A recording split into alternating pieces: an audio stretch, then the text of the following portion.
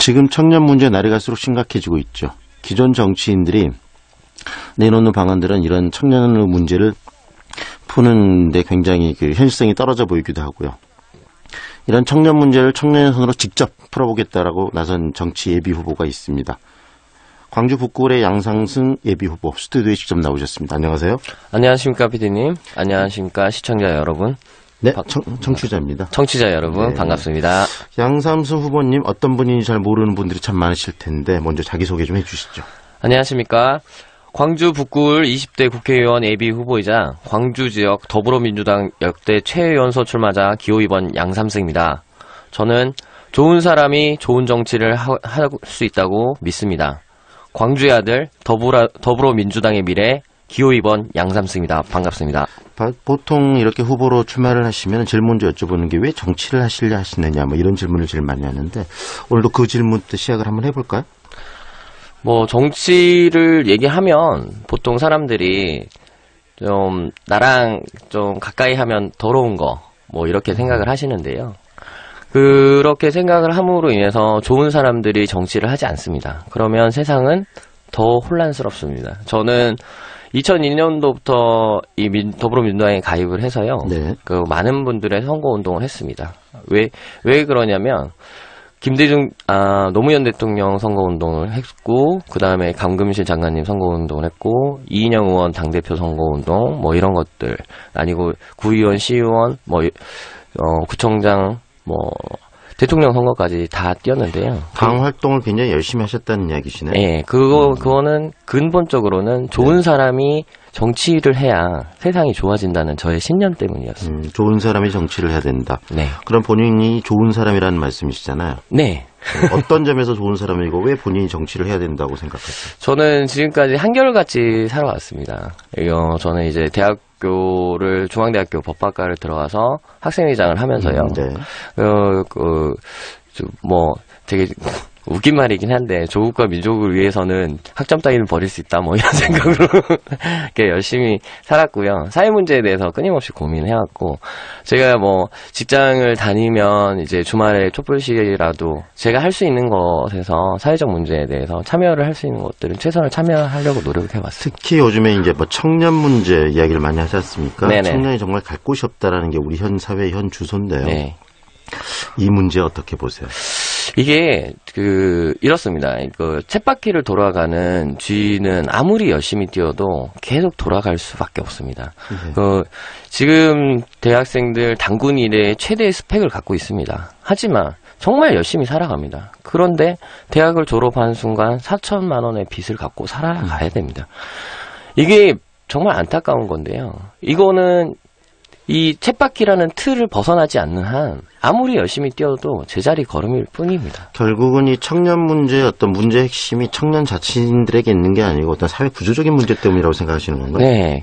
약간의 배치만 바꾸고 재배치만 하고 이런 문제들에 대해서 사회적 공감대만 좀 더 넓혀간다면 이 청년 문제들을 해결할 수 있다고 저는 봅니다. 어떤 식으로 대안도 가지고 계실 텐데 일단 문제를 몇 가지 좀 지적을 해보시죠. 어떤 문제들이 가장 심각하고 크다고 보세요?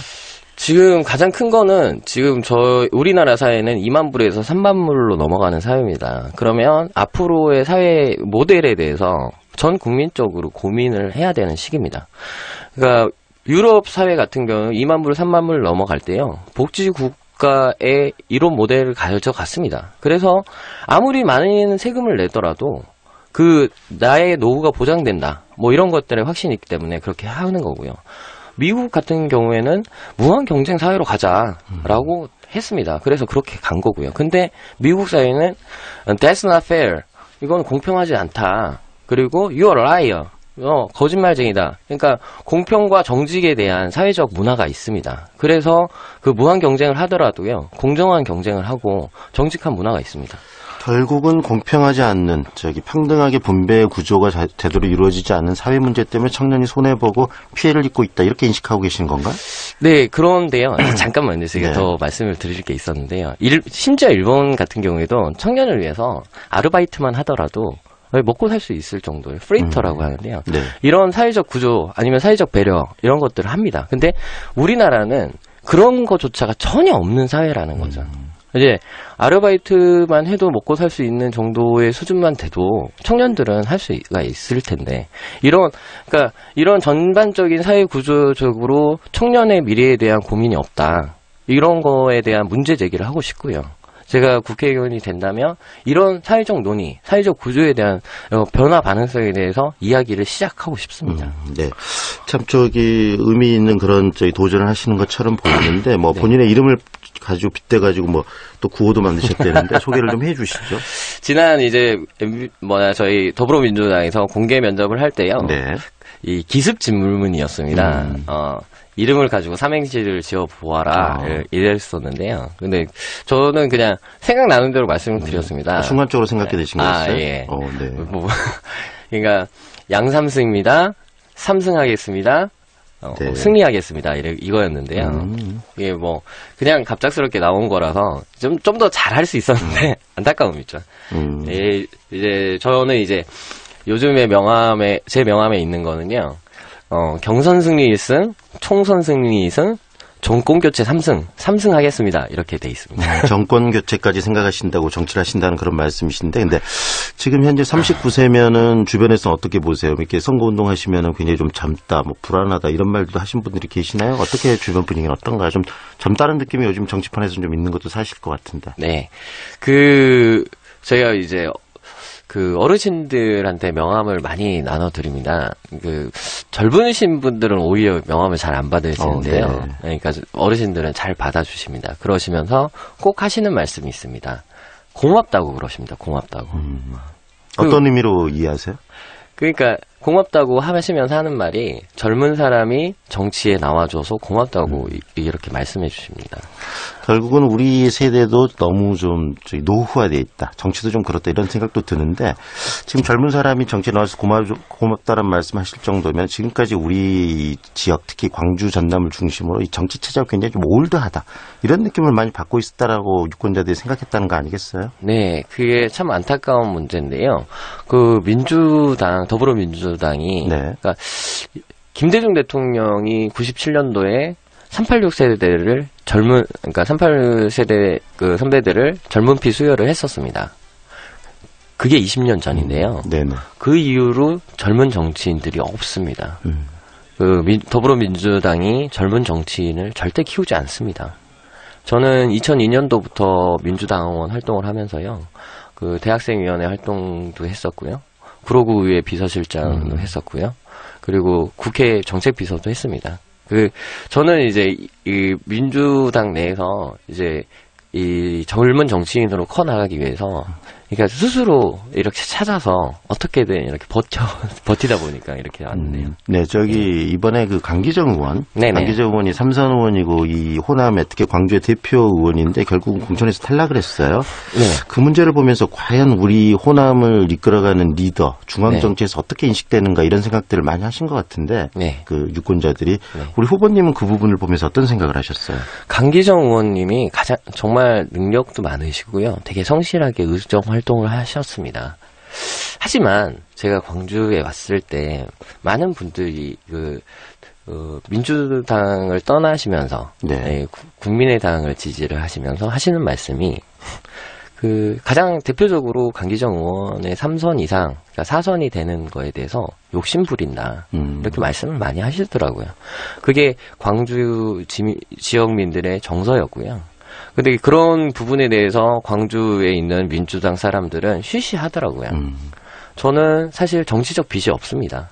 제가 그래서 좀 더 자유롭게 말씀드릴 수 있는 부분인데요. 네. 그래서 강기정 의원이 선배님이 참 아름다운 퇴장을 하시는 거, 이게 정말 멀리 가기 위해서는 한 걸음 쉬는 것과 정말 아름다운 모습이라고 생각합니다. 근데 중앙정치나 이런 데서 3선 이상 4선, 5선 의원들이 배출되면서 지역의 어떤 정치적인 힘을 구심점을 받는 것이 보통인데, 네. 3선 이상에서 더 가는 것을 왜 욕심부린다라고 지역 유권자들이 생각했을까? 그 문제도 좀 정치인으로서 고려해봐야 될 부분 아니겠어요? 네, 제가 생각할 때는 그렇습니다. 국회의원 정말 국민의 대표자로서 역할들을 하는 건데요. 근데 강기정 의원님은 더 큰 정치 하셔야 됩니다. 국회의원만 계속 하실 거 아니잖아요. 결국은 이제 그 지역에 있는 차세대 리더들을 정치인들이 많이 키워야 되는데 그런 네네. 부분들 우리 호남 네. 국회의원들이 굉장히 좀 안일했다 뭐 이런 생각도 좀 들거든요. 그렇죠. 그게 뭐 비단 광주 전남권의 문제뿐만 아니라 그 젊은 정치인들, 그러니까 세대 교체의 바람들이 정말 어부지리로 지금 생기고 있습니다. 그 국민의당으로 탈당하시는 국회의원들 그 분들 때문에 이제 자연스럽게 세대 교체 바람이 불고 있게 돼. 그런 점에서 이제 차세대 지역 정치인이라고 또 우리 광주를 대표할 네네. 수 있다라고 네. 앞으로 저기 보여지는 우리 양상승 후보 같은 분들의 역할들이 중요할 것 같은데요. 네네. 마지막으로 앞으로 선거 운동을 어떻게 하실지 그리고 청취자 또 유권자분들께 네. 어떤 이야기를 하고 싶으신지 네. 마지막으로 정리 이야기 좀 해주시죠. 저는 지금 제가 항상 하는 말은 광주를 사랑하시는 모든 분은 저의 벗입니다. 저희가 얼마 전에 민중당 창당대회를 갔었습니다. 네. 민중당 창당대회 갔었는데요. 제가 여쭤봤어요. 민주당 분들 오셨냐고. 아무도 안 오셨대요. 그 광주의 시민들, 분명히 광주의 시민들이고 전남의 시민들이고 노동자, 농민, 청년, 노동자, 농민, 청년과 함께하지 않는 정당은 의미가 없다고 저는 봅니다. 그러니까 노동자, 농민, 청년과 함께하는 더불어민주당을 제가 만들려고 왔습니다. 저는 사실 그 모 의원이 탈당을 하면서 광주 북구 을은 사고 지역구가 됐습니다. 그래서 당원도 한 명도 없습니다. 저는 그 정당을 처음 밑바닥부터 만든다는 생각으로 왔고요. 예, 그래서 당원들 모집, 이게 선거 끝나면 당원들 모집을 해서 지구당을 만들어낼 거고요. 그리고 저는 좀 그런 안타까움이 있었습니다. 네. 네. 저기 젊은 정치인으로서 앞으로 우리 양삼성 예비 후보의 역할이 굉장히 기대가 되고 또 지역 유권자분들께서 많이 생각하실 거라고 생각이 같습니다. 오늘 시간 관계상 여기까지 듣고요. 나중에 네. 또 기회가 있으면 네. 또 좋은 이야기 많이 듣도록 하겠습니다. 열심히 뛰십시오. 감사합니다. 네. 감사합니다.